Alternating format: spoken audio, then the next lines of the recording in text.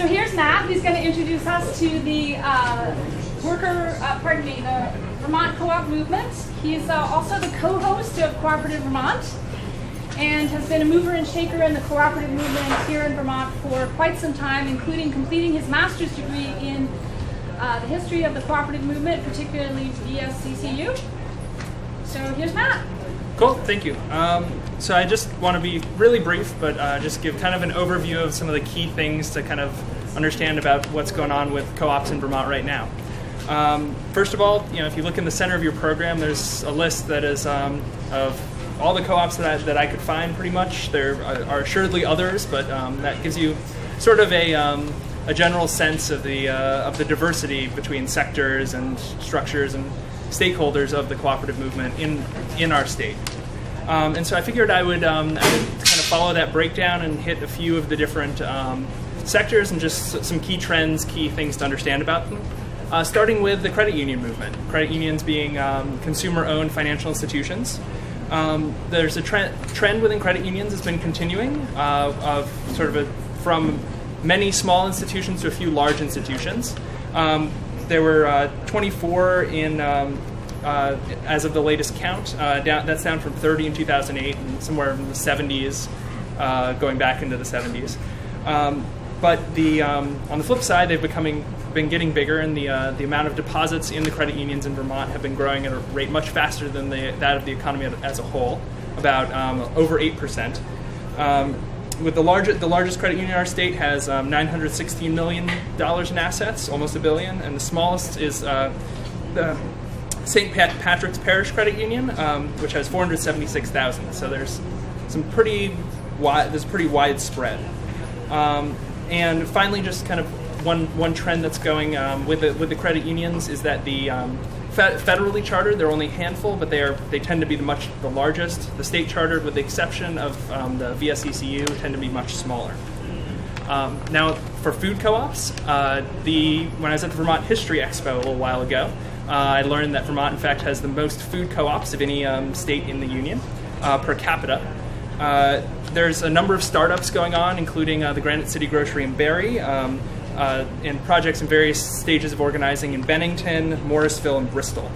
And there's also been some really good organizing going that expands beyond the borders of Vermont through the neighboring Food Co-op Association, which has members down the Connecticut River Valley in addition to in Vermont. But a number of food co-ops up this way are part of that.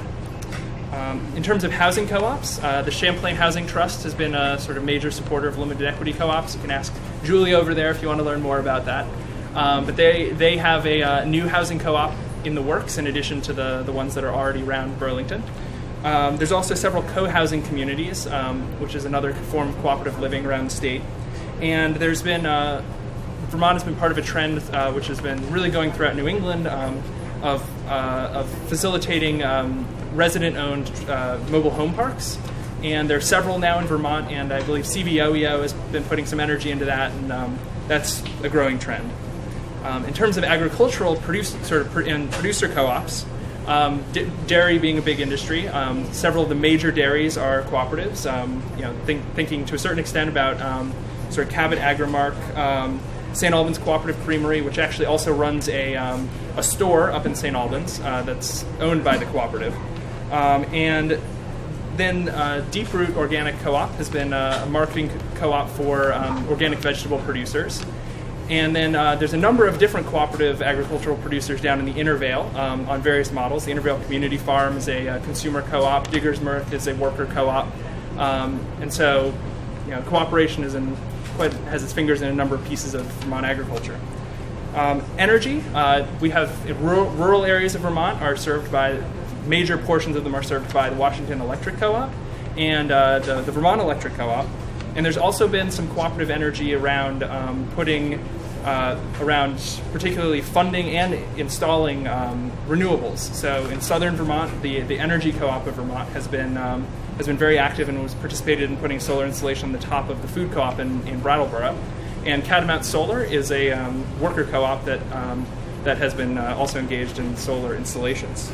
And finally, the worker co-ops, and this will be a kind of our segue to the new group, the new alliance that's emerging.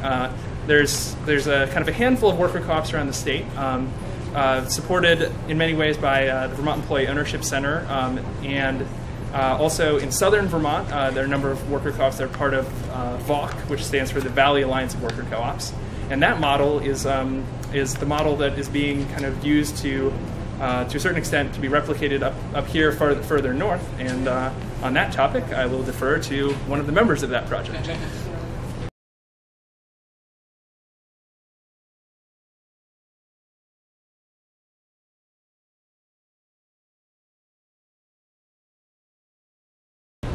My name is Jonathan Kassam. I am a longtime member of the UE, the union that helped bring the folks from the FOT here. And I am a member at WebSkillet, which is a worker-owned cooperative. We've been around for 2 years. And someone else is going to say more about that. But so we have just, in the last month, started a new alliance of worker cooperatives in Vermont. And we don't have a name yet, but I would like to, there's a bunch of folks here from some of the worker co-ops, and I'd like to ask people to step up and say about 30 to 60 seconds about their worker co-op. So I see folks from PT 360 over here to my left, if you want to start. Just stand up briefly. Good evening.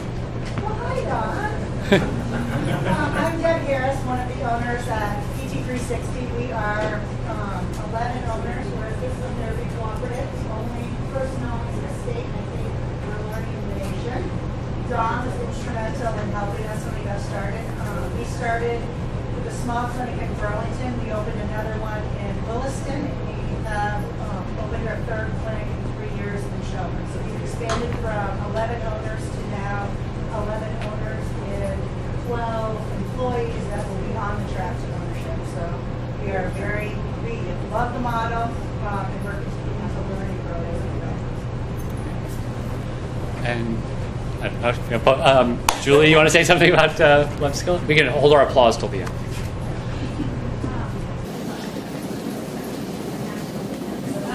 So WebSkillet is a worker-owned cooperative based here in Burlington, and we've been incorporated for 2 years. And we help organizations in Vermont and across the country communicate clearly and effectively online. We help organizations with website development, social media, email management, and we also are very involved with the community and dedicated to helping to build and support other worker cooperatives and the new economy movement. And we also have a monthly, it's called Communications for Good series that we have at our WebSkillet offices. There's some little cards over there that explain exactly what it is, but presentations, informal presentations to really network and get people together to talk about communications for good. So, Is that the name of the group, Communications for Good? the name of the monthly group is Communications for Good. And WebSkillet cooperative. Sorry? WebSkillet is our cooperative. And folks from Catamount Solar? Hi, I'm Kevin McAllister, one of the founding members of Catamount Solar. We're a solar design and installation company based actually in Randolph, Vermont. It does East Montpelier. My home office is in East Montpelier, wherever, a lot of the time. But we're based in Randolph. We work across the state. We formed 2.5 years ago as a worker cooperative. We have now 4 members and 3 employees who are on the track. Data systems in the back? We're not really prepared to say, but we're just, we've been around for about 30 years. It's Data Systems Incorporated. We're a worker cooperative. We work in a legacy Pro4 application. We have ERP systems. We have a system that works for orchards. We also support other Pro4 applications. That's about it. Cecile? Brown Sky? Well, I'm Cecile with Brown Sky Solutions, and I hear a trend here. Brown Sky is also just about 2 years old. It sounds like there were a lot of co-ops born about 2 years ago, and that's really exciting. Our focus is a collaborative management system. We've done a lot of research into what it takes for organizations of all kinds and all sizes to be more productive, more effective. And it turns out that the ownership model and how we manage is really critical to that, and it's a piece of my passion to bring that to the world. So that's what we do as a cooperative, and happy to be a part of the movement here in Vermont. And last but not least, and older than 2 years, Hillary from Diggersburg. Hi everybody, my name's Hillary, and I'm with Diggersburg Collective Farm. We are an organic vegetable farm based in the Inner Vale, which is here in Burlington. And we are 5 co-owners with 2 to 4 employees. And we've been functioning, the farm has been, started in 1992. And we're a market farm, so we sell to stores and restaurants and to farmers markets and a little bit on the street off of our delivery truck. And really committed to growing food for our neighbors. We all live here in the Old North End, and it's really important for us just to grow and sort of participate in efforts for food access. And yep. We're legally, I just would say legally, we're incorporated, so the collective is more of just a function of how we work within our business without any kind of hierarchy. And thank you for the delicious salad and carrots. So yeah, salad and carrots. So with that, I would like to, and again, if you sign up on the list, you can get on the email list for the new Worker Co-op Alliance and find out what our name is.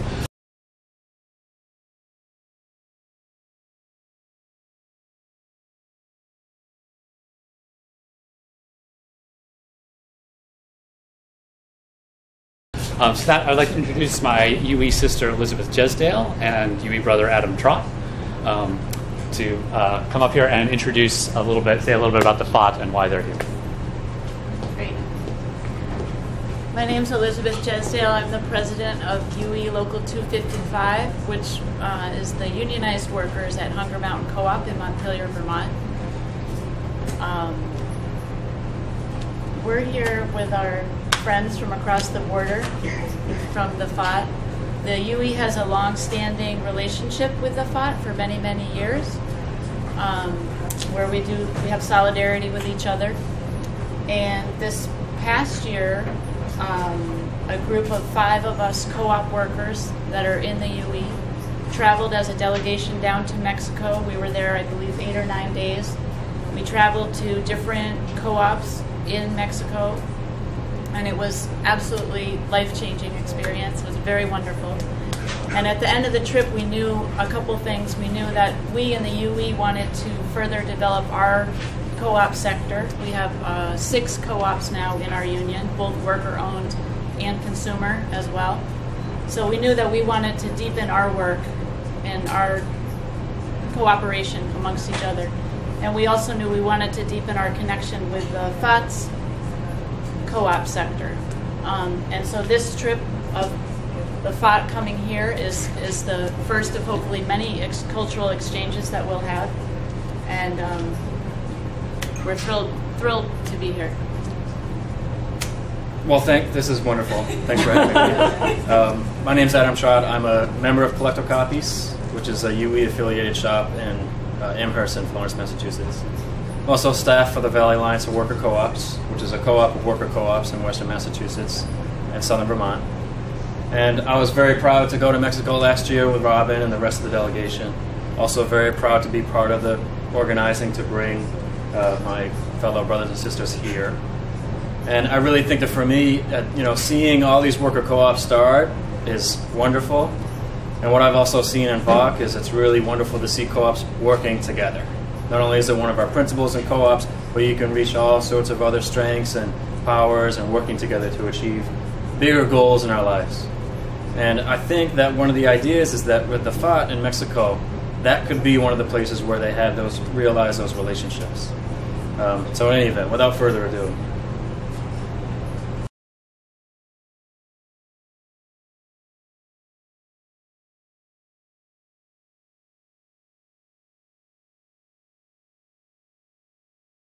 Gracias. Okay, taking it on again. My name is Isaías Garcia. I am from the co-op UCI July 6th. The acronym is Union of Independent Cooperation July 6th. It's named after the day the co-op was formed. The co-op is from Auténtico, Coahuila. That state is neighboring of Texas. Shares a border with Estados Unidos. Perdóname, Isaac, ¿puedes hablar un poquitico más despacio? Tricito, gracias. ¿Tu cooperativa 25 años? My co-op is 27 years old. It's been working for 27 years. We come from a union struggle. We had trouble at a factory, at a company where they were firing people. People can't find other jobs, and the only ways to organize was through a co-op. The co-op has helped people get ahead or support themselves in our communities. Focusing on the topic we were asked to talk about democratizing of the co-ops and how they can help our communities, we think that it's really important, first of all, not just take into account democracy. We think it should be united with other factors so that it can really be a co-op and that it can really generate change. You have to take into account the education of the members in the newly forming co-ops, so that the quality or the level of the co-op member is actually good, and so that it's an actual working co-op and it's not just a paper co-op. Now, when the member is well informed and educated, their participation will be of better quality. And at the time of electing people or participating in meetings or electing members of the management in the co-ops or the leaders, it will be an educated decision about the people who's going to lead us.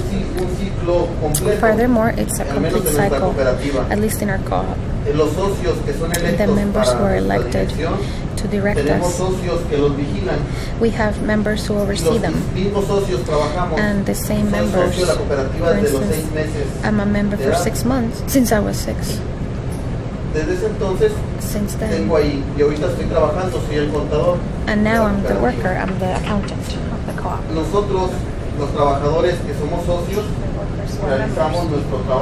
Do our work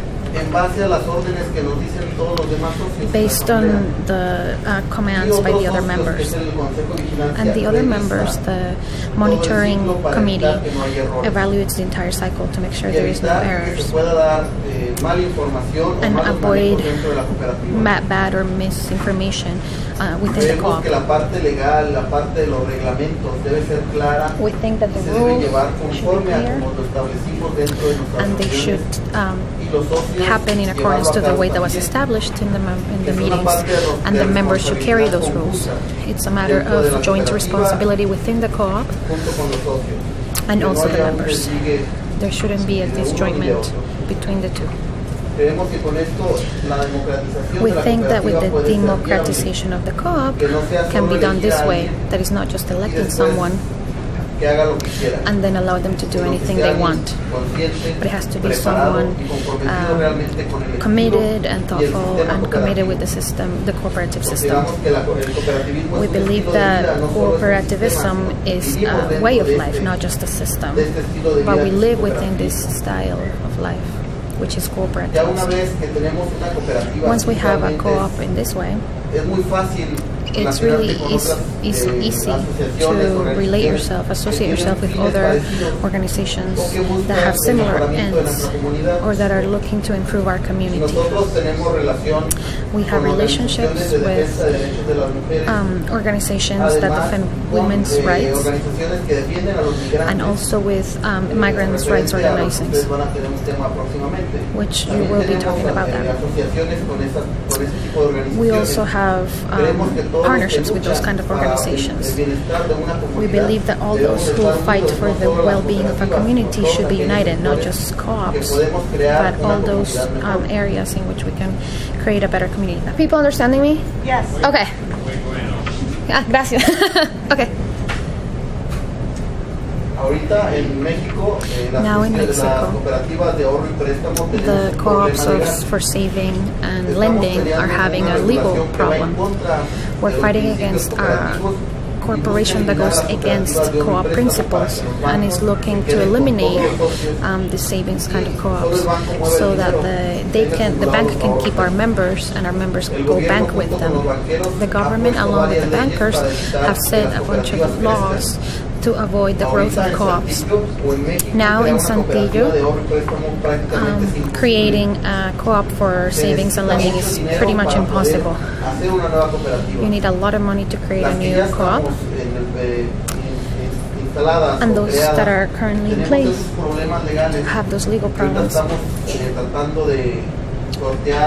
And we're trying to figure out or beat those problems. And we all got united in a movement called National Cooperativist Alliance, where we get united, we train each other, or we hold trainings, and we have lobbying with our Congress representatives to avoid that these laws affect co-ops. We believe that the union of the co-op movement must be holistic, not just the saving and lending co-ops be struggling, but also the consuming and services co-op, like we do in fact. We are co-ops of different styles, but we all are fighting for the co-op movement, which is why we think it's really important for us to be here, be united with the UE, so that the co-op movement be a bigger thing and it's not just a national fight, but so that when we need support in Mexico, we can have support from another country and vice versa.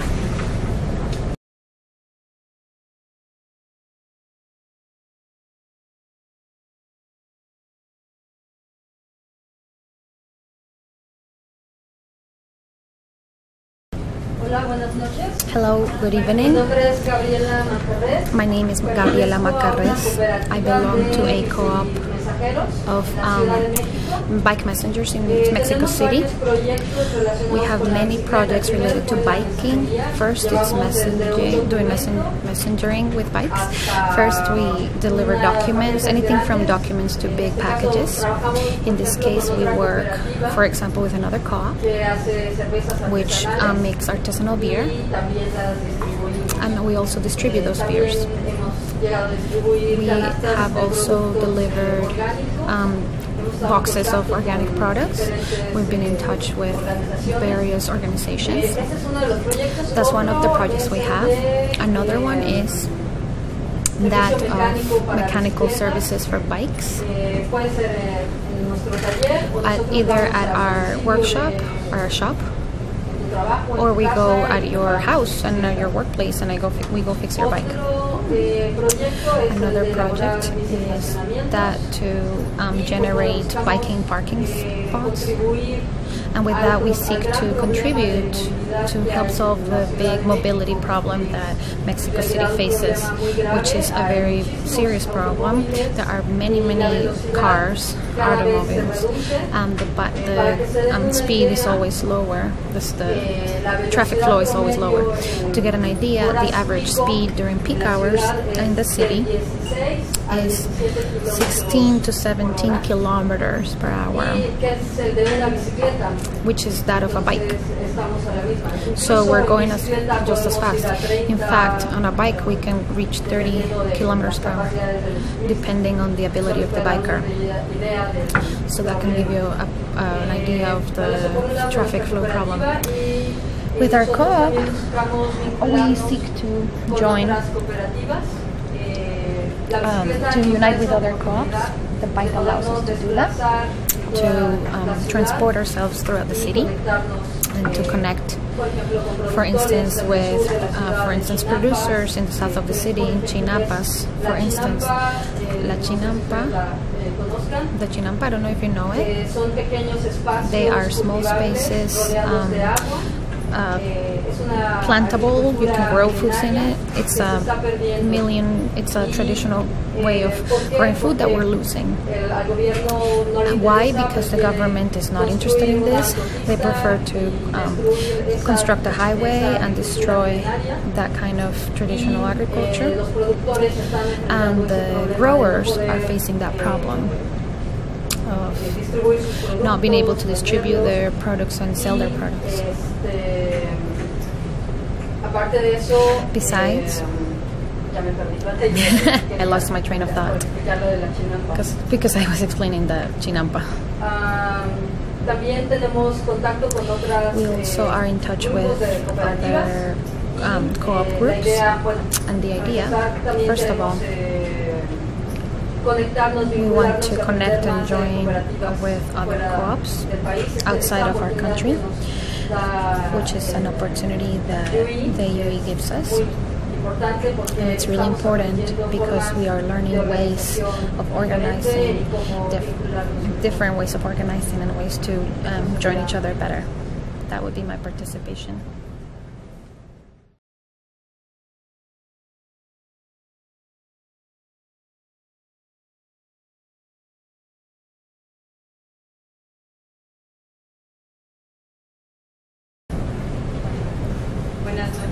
Good evening. My name is Alma Contreras, and I come from Nayarit, which is a labor union. Its name is CITEM. It's a union of workers, of government workers and municipal workers. This union started due to the need of workers to defend their labor rights and because of abuses from the boss. This union every year forms a different committee. They self-elect other committees. It's elected by other members, and the members can be part of it. ¿Qué son planillas? We form different groups, and every 4 years we elect new members.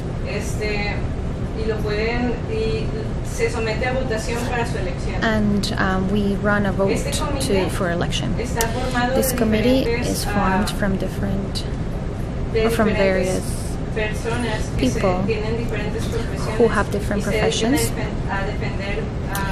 and their job is and they have different jobs, different professions. For instance, lawyers who focus on labor rights. I am part of the housing group, and we focus specifically to make sure that the worker has their own housing.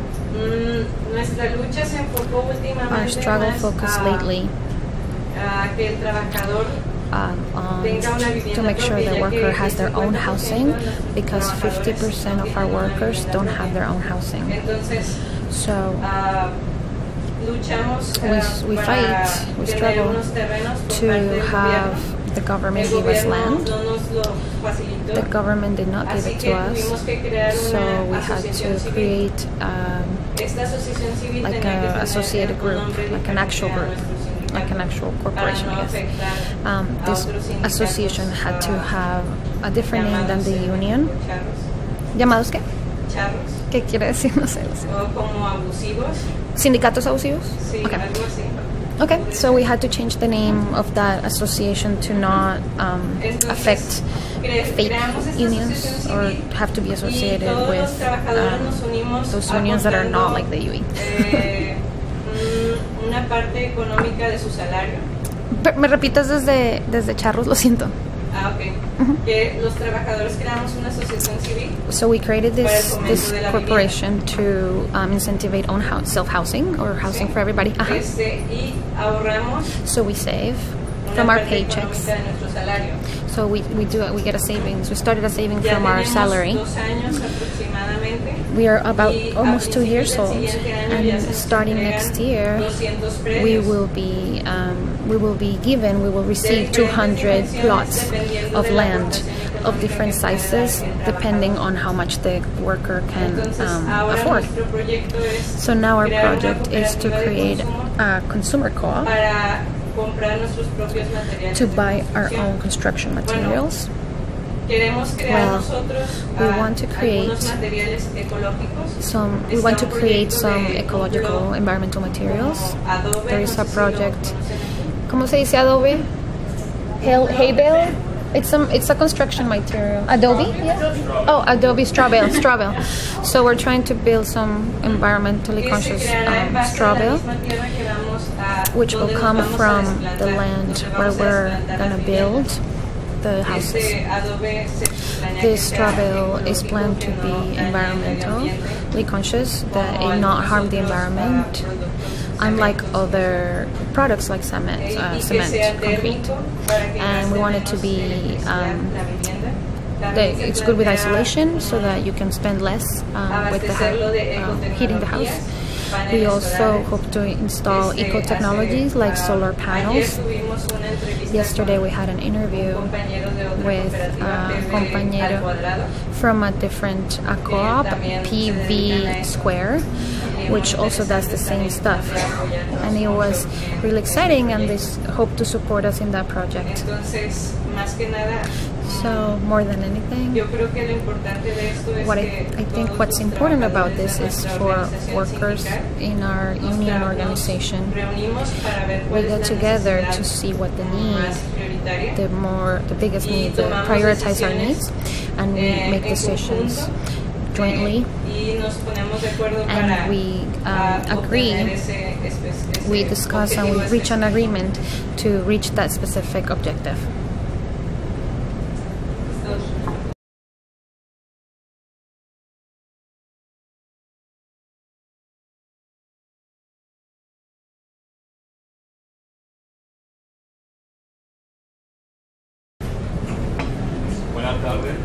Good evening. My name is Enrique. I work at the...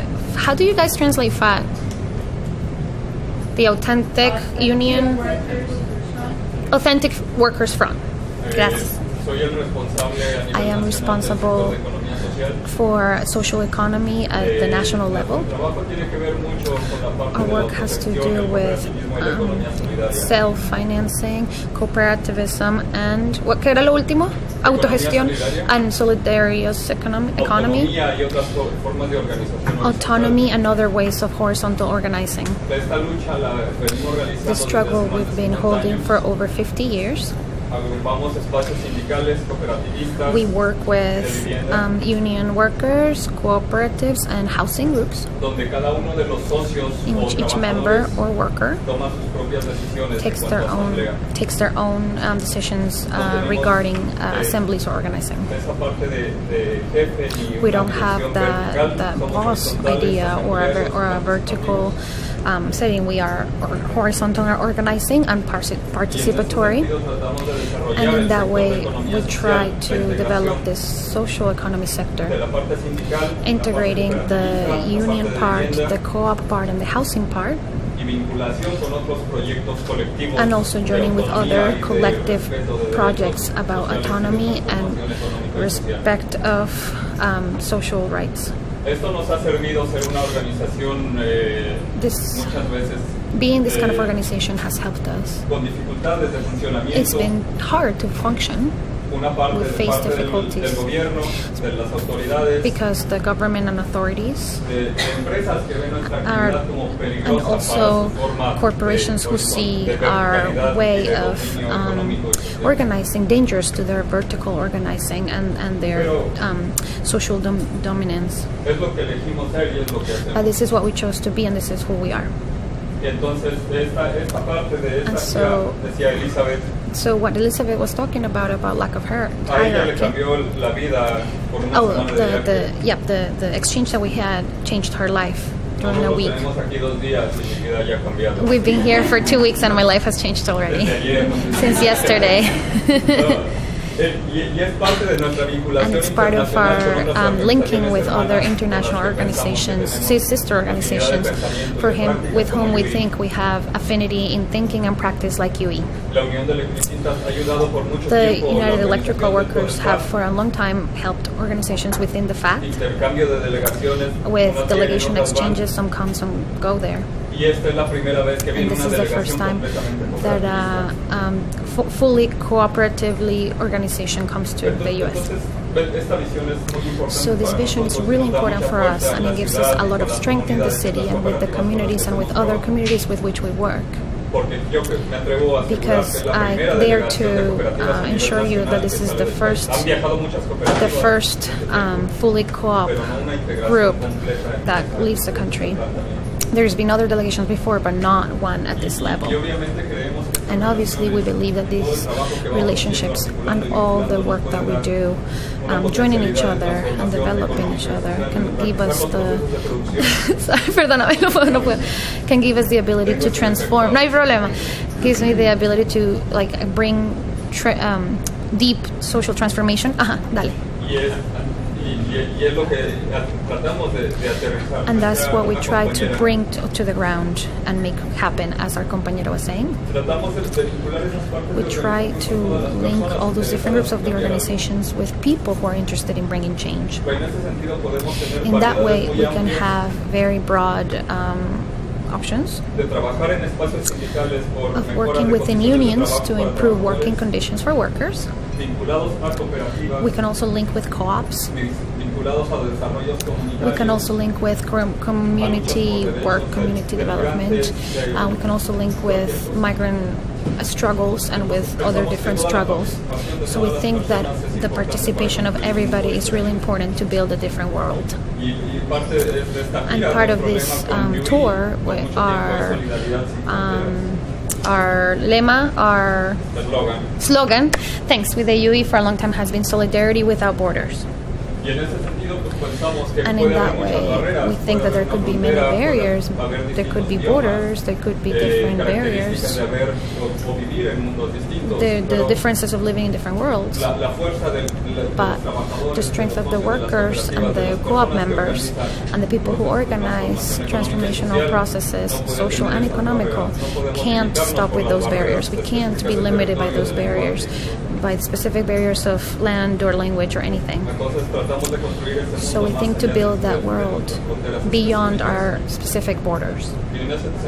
And in that way, we do it every day. And in every day, we develop little projects to immediately bring transformation, economic transformations that we want. And it's very exciting to meet and learn about other projects. Since yesterday, we've been visiting and learning each and every one of the projects. And that brings you a lot of strength and gives you a lot of strength to go ahead, to continue ahead, and a new vision to change things. So I also think that here we have a strong co-op movement we've noticed since yesterday. And that part is the essence of what we do. Linking each other a little bit with the work that we do. Just to explain what I do, I'm also focusing on the work with co-ops. But I also work on a co-op project about artisanal beer.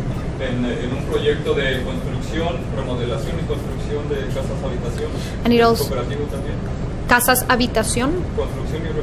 And I also work in construction and remodeling in a co-op way.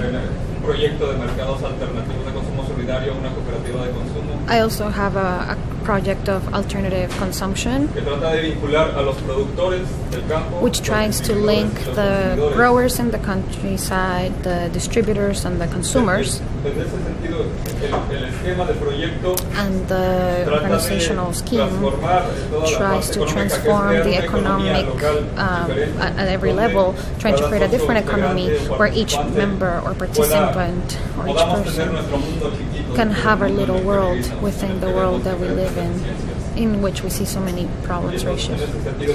So in that way we try all the different, to integrate all the different projects. They say in Mexico that this is the last generation of farmers, because the countryside, the land, is obsolete. There is a lot of deficiencies, it's never been given the importance it needs. And people are hungry in the countryside because there is no sustainability, self-sustainability. So it obligates people to migrate to the city to sell their labor, give away their labor with no benefits. People die in factories and only live a life of exploitation. So we want to enforce and improve the production part in the countryside, and also distribution and consumption. Because there is also a traditional vision, millenary vision, who see cooperation,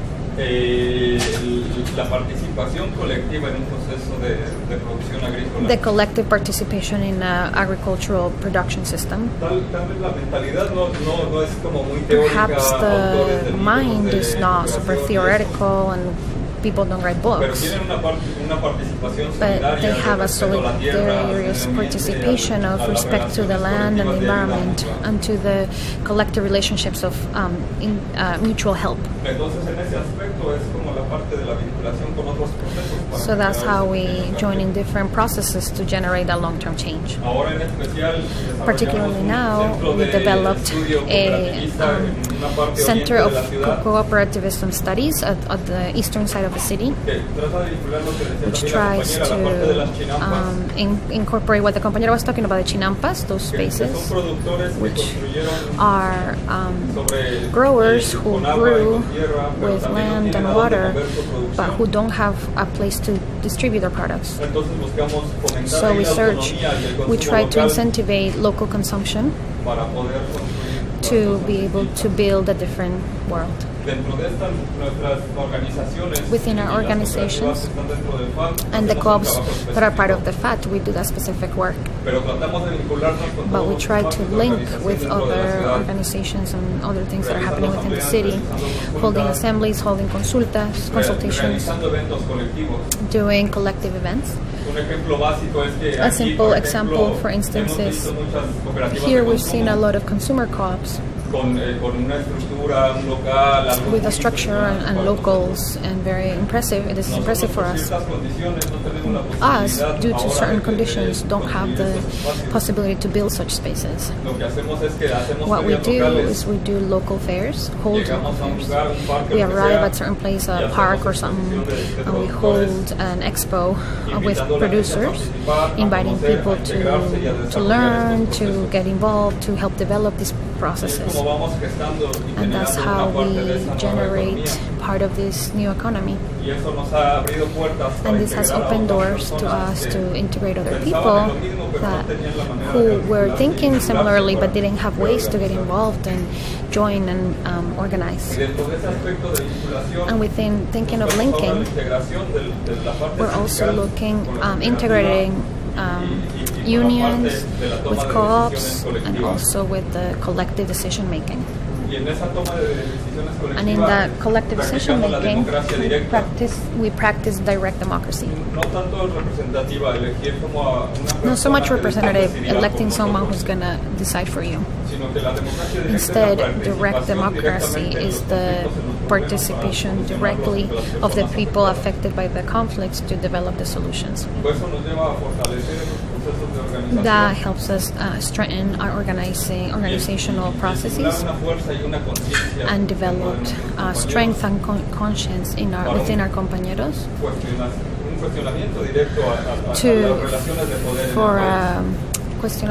for a challenging directly of the powers that be of the country, and challenging directly the way that this economy is structured, with a government apparatus that's plagued with corruption,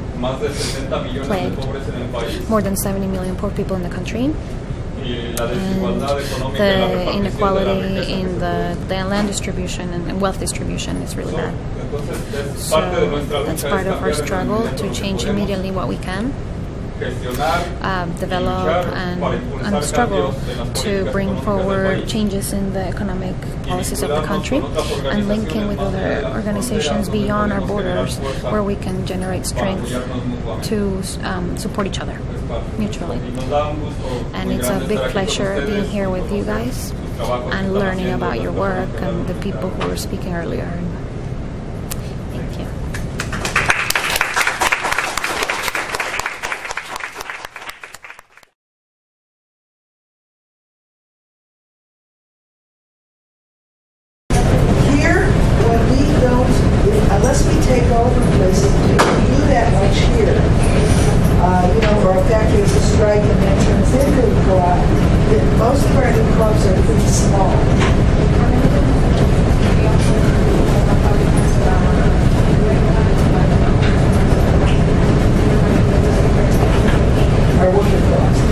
So it's very hard to, how we grow and get economies of scale. And I wondered how big, I didn't have a sense of the size of your co-ops. Do you have the same problem? How big are they? How do you grow? Do you use government funding or not?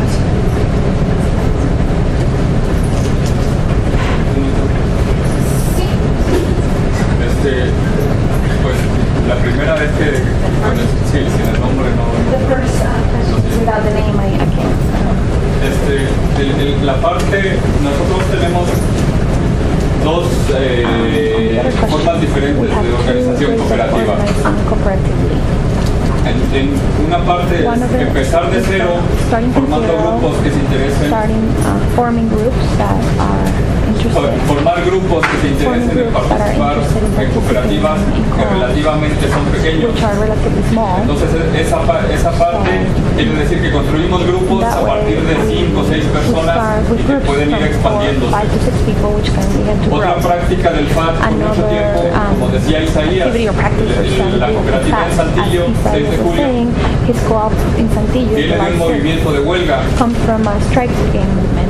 Entonces nosotros como tenemos la vinculación de nuestra organización sindical, hay veces que la lucha de los trabajadores es fuerte, emplaza a la empresa a pagar lo que le corresponde pagar a los trabajadores.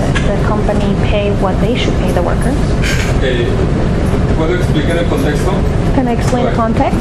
Ahorita una última lucha que hay. One more recent struggle that we're fighting. People who used to work for a factory por más de 30 años. For more than 30 years. De un día para otro el patrón dijo, ya no hay trabajo, voy a cerrar y no les voy a dar nada por 30 años de trabajo de liquidación. I'm not gonna give you any benefits. I'm not gonna give you any benefits for 30 years of having worked here. They're taking away benefits and Christmas bonus, and at the end their monthly salary was given in pieces, in chunks. We're talking about people who worked more than 30 years, so we're talking about folks who are 50 or 60 years old, who needed medical insurance, needed some surgery or medical intervention, and the boss cut the benefits for the benefits. So it's an example of some of the struggles that we are facing. And so what that generates is a resistance movement to advance and make the boss respond and fulfill his responsibilities with the people he hires. Sometimes the company says, I can't what I'm supposed to pay. So then we, through a legal and legal process, judicial process, we make them pay with the machinery or whatever that they have, and then we offer, if we win that struggle, we offer the workers the possibility to become a co-op, using the machinery that the boss offered to pay with. So that's another characteristic of a different organization, or a different way of organizing. And about the size, there's a variety. For instance, as far as the size, we have co-ops very big, co-ops in Mexico. Totally, there are about 10,000 co-ops of every kind. There are co-ops that have 150,000 members. The problem with those co-ops is that they are financed by the government. The government gives them money to continue to operate. In contrast with the co-ops that are part of the FAT, who work slowly but surely, and we're similar to you guys. In reality, the only way that we've had is patience.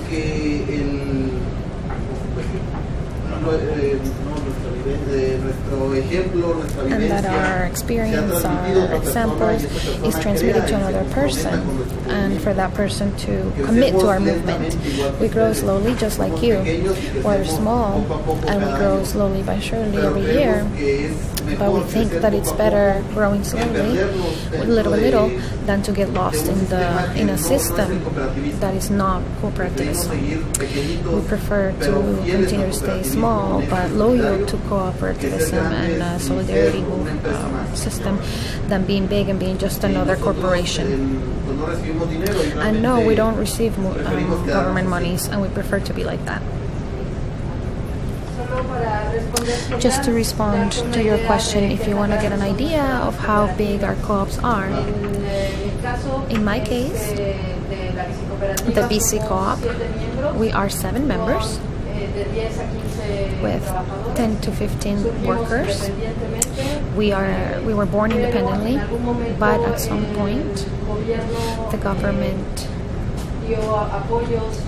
gave some supports to co-ops to launch a little bit of the development or help.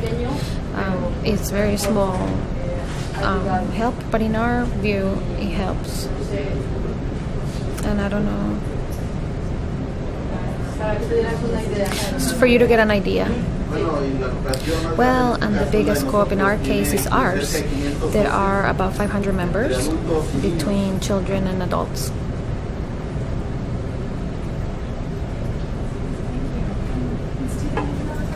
Yes, I did. Wonder if you have a sense of the history of horizontal organization in Mexico.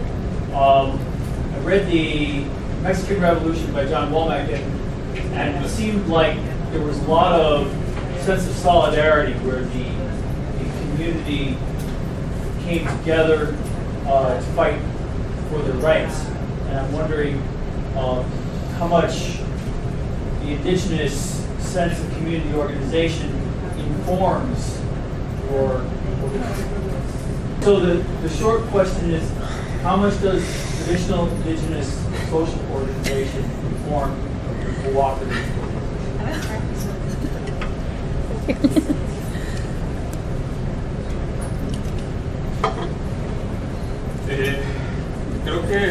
I think that we try to link our organization to all of those ways of organizing. And for us, it's a matter of ethics. Very important for our people and members. Within the FAT, there is a co-op that's 17 years old. It's about 260 members and female members, and it's an indigenous co-op. It's within the northern Sierra of Puebla, and it's a co-op. It's a savings and lending co-op. They have production processes. They are making artisanal jam with the fruit that they grow in their land, using traditional techniques with wood fire. And they also make they weave. They do weavings. The way what they do is that they are very non-corrupt people, and they have a deep sense of responsibility in their organizational process. Compañeros who have been in this co-op specifically, its name is called, ¿cómo se llama? Chipawateki. It's in the indigenous language, and it means clean, trabajo limpio, clean work. It's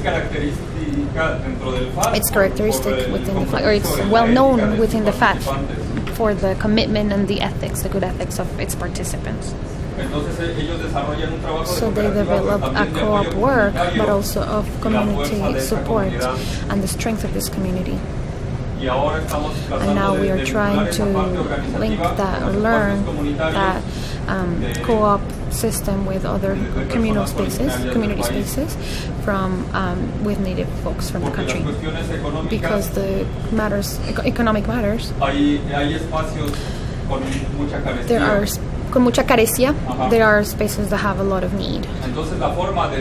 So the way to organize for them was to do a co-op or to do a horizontal organization, to be able to improve their quality of life and their production processes.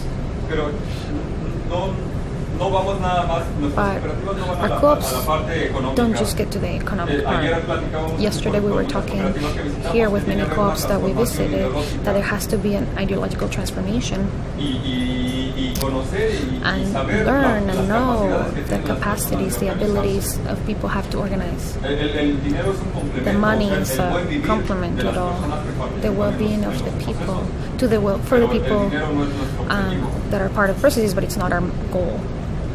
And so that thing about ethics, to some degree, is taken from a traditional practice from our native communities about well-being, about helping each other, about being solidarious with each other. In Mexico, we have a saying, la mano, dilo todo. Okay, it's like I got your back if you scratch my back and I scratch yours kind of thing.